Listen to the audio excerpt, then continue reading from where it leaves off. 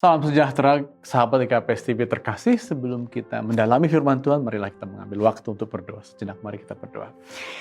Ya Tuhan, kami bersyukur karena Kau beri kasih-Mu senantiasa, dan biarlah kami selalu mengerti juga apa yang Kau kehendaki dalam hidup kami. Demi Putra-Mu, Kristus kami berdoa. Amin. Saudara-saudara yang terkasih, yang akan menjadi nats untuk kita pada hari ini ialah dari Ibrani 13 ayat 9. Saya akan membacakan untuk kita semua, demikian tertulis. Janganlah kamu disesatkan oleh berbagai-bagai ajaran asing, sebab yang baik ialah bahwa hati kamu diperkuat dengan kasih karunia dan bukan dengan pelbagai makanan yang tidak memberi faedah kepada mereka yang menuruti aturan-aturan makanan macam itu. Saudara yang terkasih, kitab Ibrani yang tadi bagiannya baru kita baca adalah kitab yang selalu ingin mengingatkan orang Kristen untuk hidup sebaik-baiknya sebagai orang Kristen. Namun dengan mengingatkan, kitab ini tidak hendak menjadi suatu kitab perintah, tapi dia mengingatkan agar orang Kristen menghayati. Dan cara mengingatkan ialah dengan memberitahu siapa itu Kristus, lalu memberitahu karya Kristus, dan akhirnya memberitahu apa yang sebaiknya kita lakukan.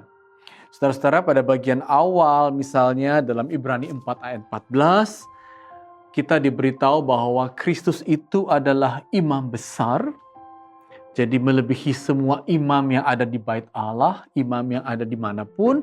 Dan karena dia imam yang besar, dia sungguh-sungguh memperantarai kita. Mengapa? Karena dia juga dapat memahami dan merasakan kelemahan kita. Nah, karena dia imam besar sedemikian, maka selanjutnya dalam Ibrani 5 ayat 14, kita diingatkan. Kita jangan menjadi orang Kristen susu, yang selalu meminta petunjuk, yang selalu meminta hal-hal untuk ditolong. Kita ini katanya adalah seorang Kristen dengan makanan keras, sehingga kita sendiri, karena perantara kita adalah Kristus, kita sendiri pun orangnya jadi teguh, tidak lembek. Lalu saudara-saudara, bagian berikutnya, misalnya dalam Ibrani 7 ayat 22 dikatakan bahwa dia yang adalah imam besar tadi, dia juga menjadi jaminan keselamatan. Sehingga kita bisa mendekatkan diri kepada Allah karena jaminannya adalah orang, yaitu Kristus sendiri. Dan selanjutnya yang menarik, kalau jaminannya adalah Kristus, maka kiranya kita beriman. Beriman sebab dengan imanlah saudara-saudara kita punya dasar untuk berharap. Ya, demikian dalam Ibrani 11 ayat 1, bukan hanya iman menjadi dasar untuk berharap, tapi juga iman bisa membuat kita sampai melihat, sampai merasakan hal-hal yang melampaui penglihatan, hal-hal yang bersifat melampaui apa yang dilihat mata. Dengan kualitas Kristus dan dengan peran Kristus sebagai imam seperti itu, maka kalau begitu katanya dalam ayat kita, Ibrani 13 ayat 9 dikatakan, hiduplah dengan kasih karunia-Nya yang luar biasa itu, dan jangan Anda dan saya, kita juga disesatkan oleh ajaran yang asing. Saudara-saudara, kekristenan selalu ditarik dalam dua kesesatan. Yang pertama, dikatakan juga dalam ayat 9 tadi, soal makan dan minum, soal haram dan halal, yaitu soal agama Yahudi yang lama. Itu bisa menyesatkan kita kalau kita kira urusan Kristen adalah urusan haram dan halal seperti Yahudi.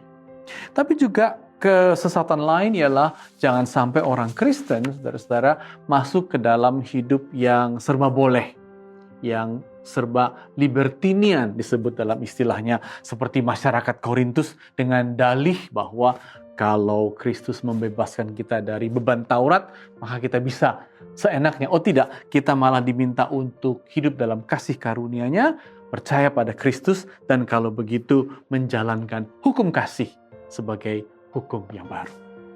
Saudara-saudara, tentu kita harus bertanya lebih lanjut. Sekarang ini, apa kira-kira yang mungkin menyesatkan hidup iman Kristiani kita? Saya mendengar dan ada seorang warga GKPS menelepon saya bahwa dia didorong atau bahkan diajak oleh temannya untuk dibaptis ulang. dibaptis selam. Dan dalam argumennya dikatakan bahwa baptis kita, baptis waktu anak-anak, disebut baptis percik itu tidak sah. Tampaknya ajakan untuk membaptis ulang ini adalah ajakan yang menyesatkan. Pertama-tama saudara-saudara, sebabnya ialah kita dibaptis di dalam nama Bapa, Putra, dan Roh Kudus.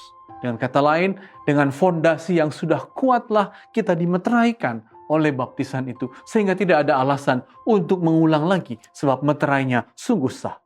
Yang kedua, saudara-saudara, sebagai gereja dalam persekutuan gereja di Indonesia, kita sebenarnya punya kesepakatan yang disebut pedoman saling menerima dan saling mengakui. Kita tahu saudara-saudara, gereja Isa Al-Masih misalnya, atau gereja Pentakosta, di belakang mimbarnya selalu ada kolam. Memang mereka baptis selam. Dan kita, karena kita mewarisi kekristenan dari Jerman, kita baptis percik.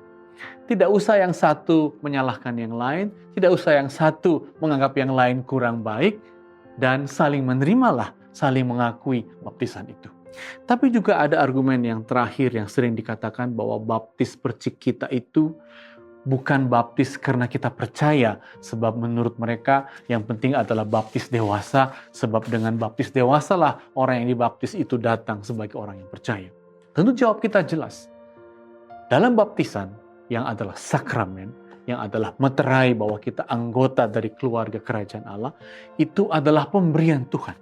Bukan karena kita mengerti, kita baru menerima anugerah, tapi kita menerima anugerah karena kita menerimanya sebagai anak-anak Tuhan. Dan begitu kita sebagai anak Tuhan dan dibawa oleh orang tua kita yang percaya, maka kita sungguh-sungguh menerima baptisan yang sah dalam nama Bapa, Putra, dan Roh Kudus. Dan kalau begitu, kita tidak perlu lagi dibaptis ulang. Sebab itu, pada hari-hari ini tampaknya sesuatu ajakan yang menyesatkan. Amin, mari kita berdoa. Ya Tuhan, kami bersyukur karena kasih karunia-Mu sungguh cukup, bahkan berlimpah untuk hidup kami. Dan dengan itu kami akan hidup dalam kasih-Mu. Dan dengan itu kami akan berjalan dalam hukum kasih dan tidak perlu disesatkan oleh banyak ajakan, banyak ajaran lain. Inilah doa kami demi Putra-Mu, terus kami berdoa. Amin.